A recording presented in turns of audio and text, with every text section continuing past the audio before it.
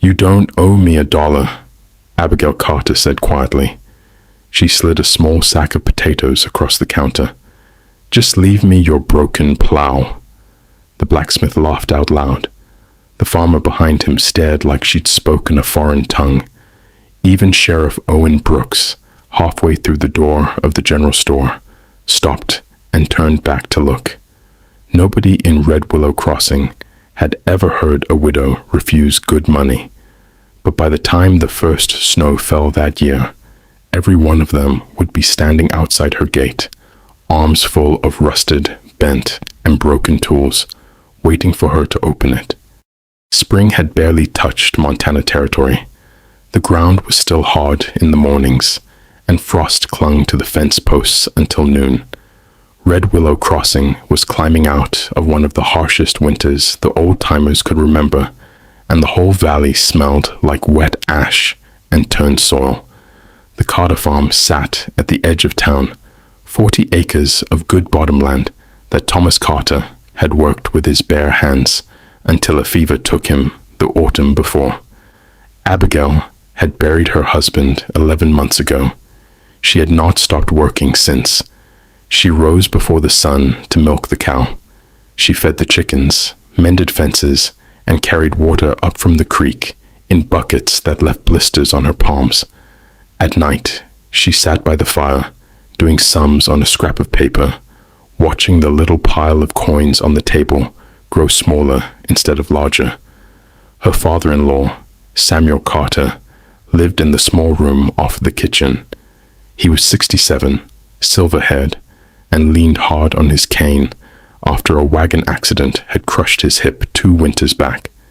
He watched Abigail from his chair by the window, worry etched into every line of his face. "You're running yourself into the ground, girl," he told her one morning, watching her stack firewood with hands raw from the cold. "Somebody has to," she answered. "Thomas isn't here to do it." Samuel didn't have an answer for that. Nobody did. The town had its own opinion about Abigail Carter. Most of it was pity dressed up as concern. Women at church pressed her hand and told her God had a plan.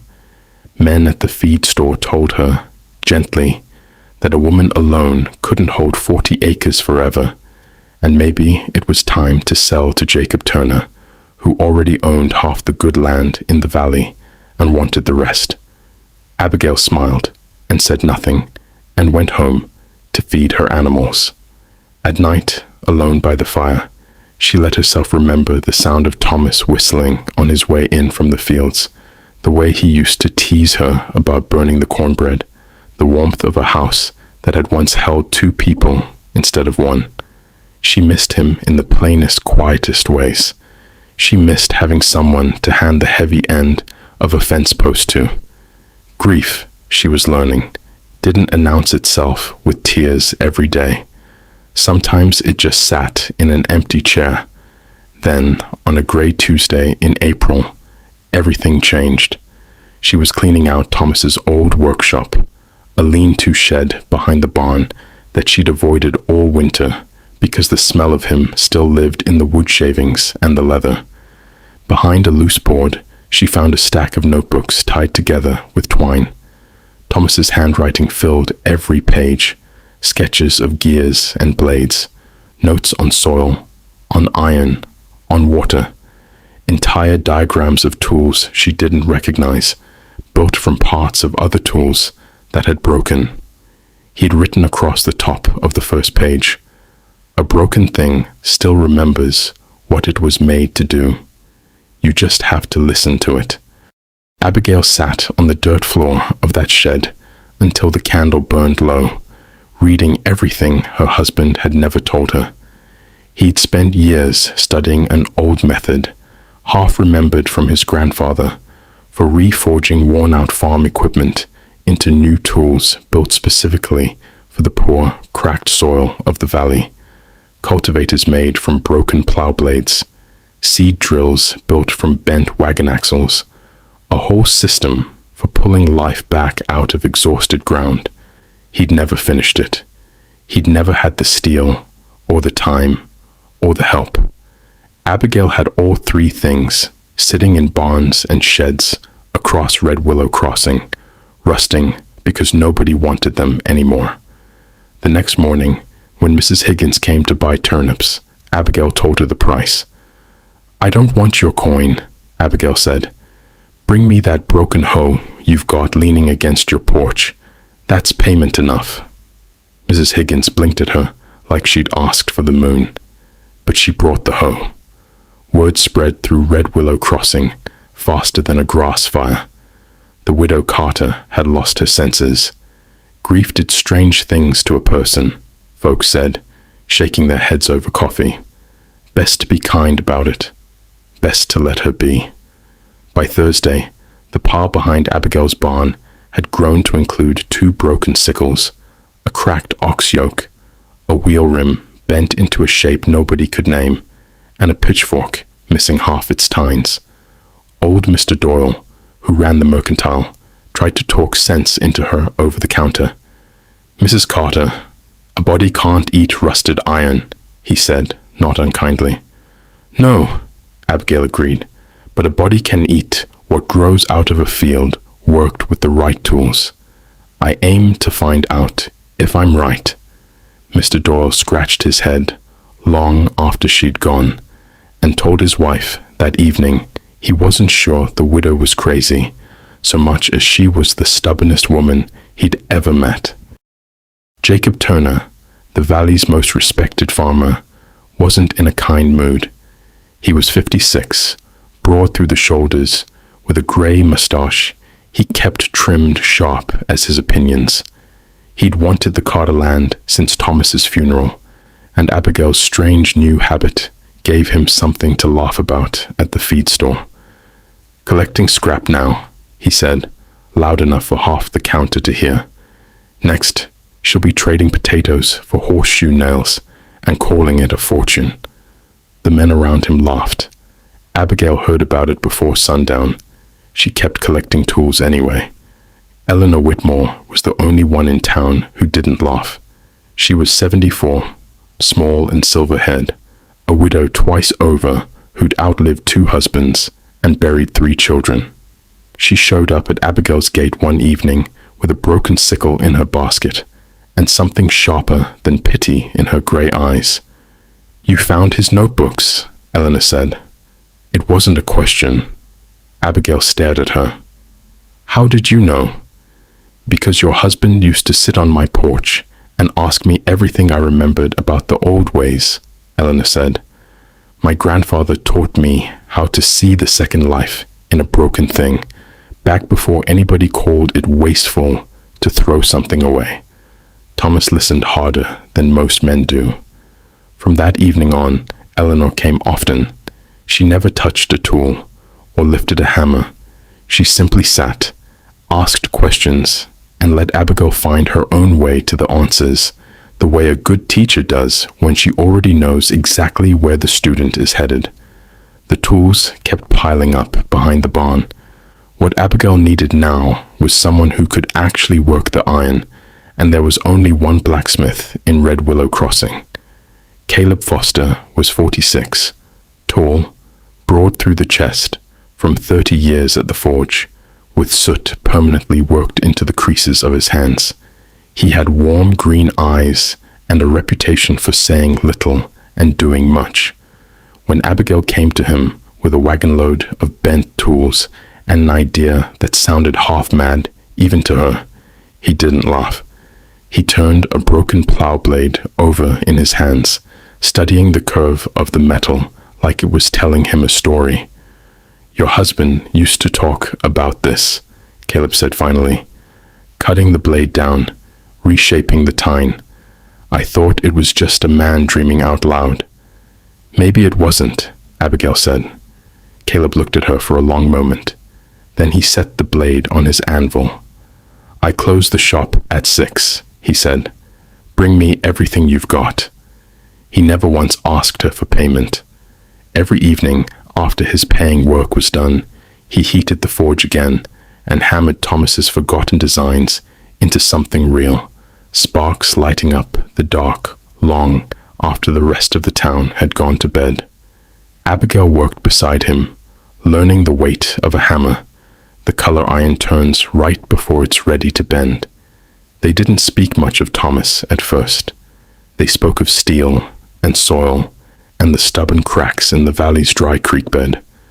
But somewhere between the third rebuilt cultivator and the fourth, Abigail found herself watching the way firelight moved across Caleb's face and feeling something she hadn't expected to feel again. She told herself it was only gratitude. She wasn't ready to call it anything else. Not everyone in the family was convinced the widow had found gold in the scrap pile. Ethan Carter, Thomas's younger brother, rode over from his own farm on a hot afternoon in May, dust still clinging to his boots, and found Abigail bent over a strange contraption of gears and blades in the yard. "You're chasing a dead man's dream instead of saving what's left of this farm," Ethan said. He wasn't cruel about it. He was scared, and scared men often sound harsh. "Sell to Turner while you can still get a fair price. Take Samuel somewhere warm. Start over." "This farm is Samuel's home," Abigail said, "and it was Thomas's dream. I'm not throwing it in a ditch because it frightens you." Ethan left angry, but he came back 3 weeks later, quieter, and stood at the edge of the yard watching Caleb and Abigail work a rebuilt seed drill through a row of turned earth. He didn't say much. He picked up a hammer and got to work. By June, Grace Miller's farm was the talk of the valley for reasons that had nothing to do with pity. Grace was 41, a widow herself, raising 3 children on land that hadn't produced a decent crop in 2 seasons. She'd been one of the first to trade a broken harrow for a sack of Abigail's seed, more out of desperation than belief. When Abigail brought over one of Caleb's rebuilt cultivators and showed Grace how to work the cracked soil differently, breaking it in narrow furrows instead of wide ones, something in Grace's exhausted eyes came back to life. By midsummer, Grace's fields were green when half the valley's crops were already struggling. People started asking questions instead of laughing. Jacob Turner didn't like the questions. He liked them less when Benjamin Holt, the county's agricultural inspector, rode into town to look into a rumor that the widow Carter was hiding expensive imported machinery and passing it off as homemade work to cheat honest farmers out of their tools. Benjamin was 48, clean-shaven, careful, with wire-rimmed spectacles and a satchel full of ledgers. He walked Abigail's fields with a notepad, measured her equipment, and asked Caleb blunt questions about every weld and joint. "Where did the parts come from?" Benjamin asked. Caleb held up his blistered hands. "Right here. Every piece of it." Benjamin crouched beside the rebuilt seed drill, running his thumb along a hammer mark in the steel. He looked up at Abigail with something new in his expression. "This is handmade," he said slowly. "All of it." Jacob's accusation collapsed in front of half the town that had come to watch. His face went the color of old brick. He turned and walked away without a word, and for the first time since Thomas's death, nobody in Red Willow Crossing was laughing at Abigail Carter. Then July brought the drought. It came the way droughts always do in that country, quietly at first, a mist rain here, a dry wind there, until the creek shrank to a trickle and the whole valley held its breath. Wheat browned in the fields. Wells ran low. Families who had scraped by for years began loading wagons, ready to leave before winter could finish what the dry summer started. Jacob Turner's fields, the pride of the valley for a decade, cracked and curled under a sun that refused to let up. His prized equipment, expensive and store-bought, jammed and broke in soil too hard for it to bite into. Abigail woke every morning that summer expecting to find her own rows scorched, like everyone else's. Instead, she found green pushing up through cracked earth, stubborn and alive, and she stood at the edge of her field some mornings just to feel the relief of it wash over her before the day's work began. Abigail's fields held. The narrow furrow method Thomas had dreamed up let what little rain fell sink deep instead of running off. Caleb's rebuilt tools, lighter and sharper than anything bought from a catalog, worked the stubborn earth without breaking. Row after row of Abigail's vegetables stood green against a valley gone the color of straw. Word of it reached every corner of Red Willow Crossing. Families who had nothing left to lose began showing up at her gate, not to mock her, but to ask. Samuel's health had been failing quietly for weeks, hidden behind his stubborn smile. In the worst heat of that August, he took to his bed and didn't rise for 3 days.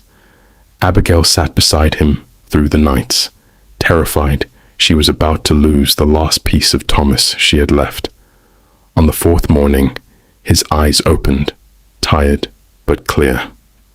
"I heard wagons," he whispered. "You did," Abigail said, gripping his hand.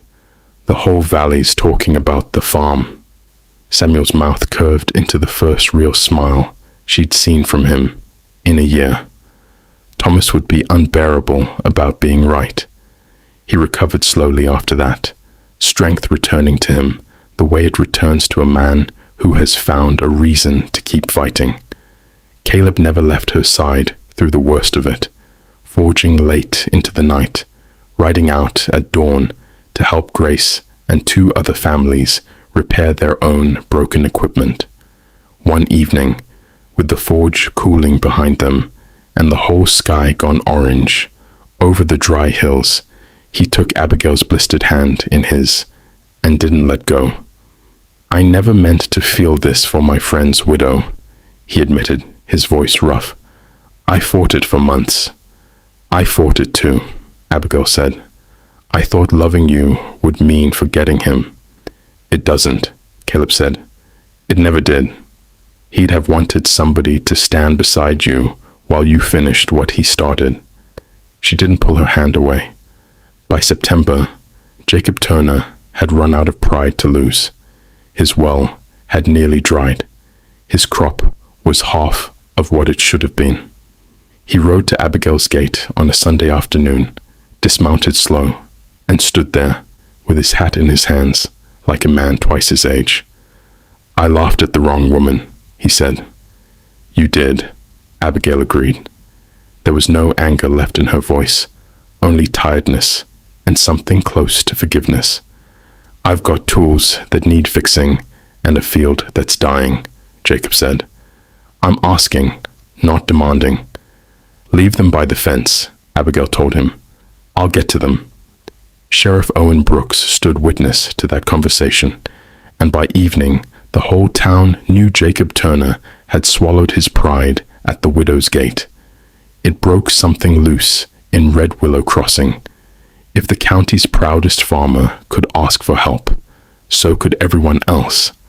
They came the following week, wagon after wagon, family after family, carrying rusted plows and cracked hoes and bent wagon hardware, the same broken things they'd once thought worthless. They lined up along the road outside Abigail's fence, waiting their turn, hats in hand, humility where mockery used to be. Benjamin Holt stood at the gate with his ledger, officially recording what he called, in careful county language, a discovery of significant agricultural value. Sheriff Brooks kept the peace among the crowd, though there was little need. Nobody was laughing anymore. Nobody was pitying her either. Grace Miller stood near the front with her 3 children, tears cutting clean lines through the dust on her face. "You saved us," Grace said. "All of us." "Thomas saved you," Abigail answered. "I just finished what he started."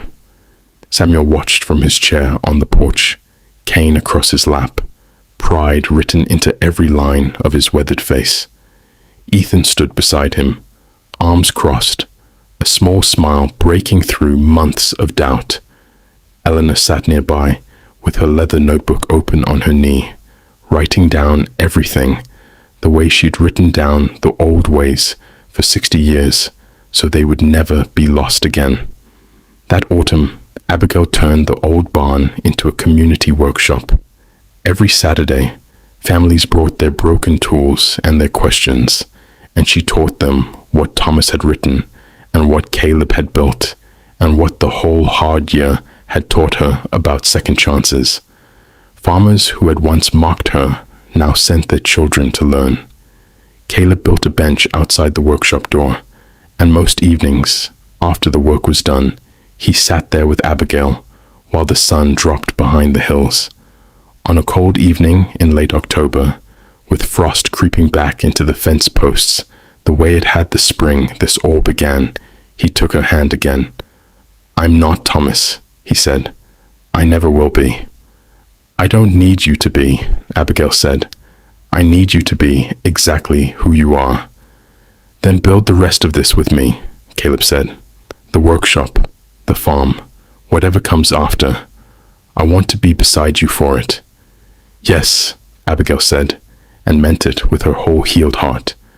The Carter farm became the heart of Red Willow Crossing, not because a widow had gotten lucky, but because she had looked at what everyone else threw away and seen exactly what it was still worth. Thomas's dream lived on in every reforged tool, every family that stayed instead of leaving, every child who learned that a broken thing isn't a worthless thing, only a thing waiting for somebody patient enough to see what it can still become. Samuel lived to see 2 more harvests. Eleanor kept teaching until her last winter. Her leather notebook eventually passed down to Grace's oldest daughter, who carried it the way Eleanor once had, with careful hands and a sharp memory. Jacob Turner became, of all things, one of Abigail's most loyal friends, humbled into a better man by a woman he'd once laughed at. He sent his own grandchildren to Saturday mornings at her workshop, and never once complained about the walk. Sheriff Owen Brooks liked to tell newcomers the story of the day the whole town lined up outside the Carter gate, and he always ended it the same way. Never mistake a quiet woman for a small one. This valley learned that the hard way. Grace's children grew up strong on land that had almost failed them, and Abigail Carter, who had buried a husband and nearly lost a farm, found a second love, a full life, and a whole town that would never again mistake her quiet strength for weakness. If there is one thing worth carrying away from a hard year in a dry valley, it is this: nothing broken is ever entirely worthless, not tools, not land, and not a grieving heart, so long as somebody is patient enough to see what it can still become. Subscribe to see how this unfolds, and comment where you're watching from. I would love to say hello to you, just to know how far our story is going.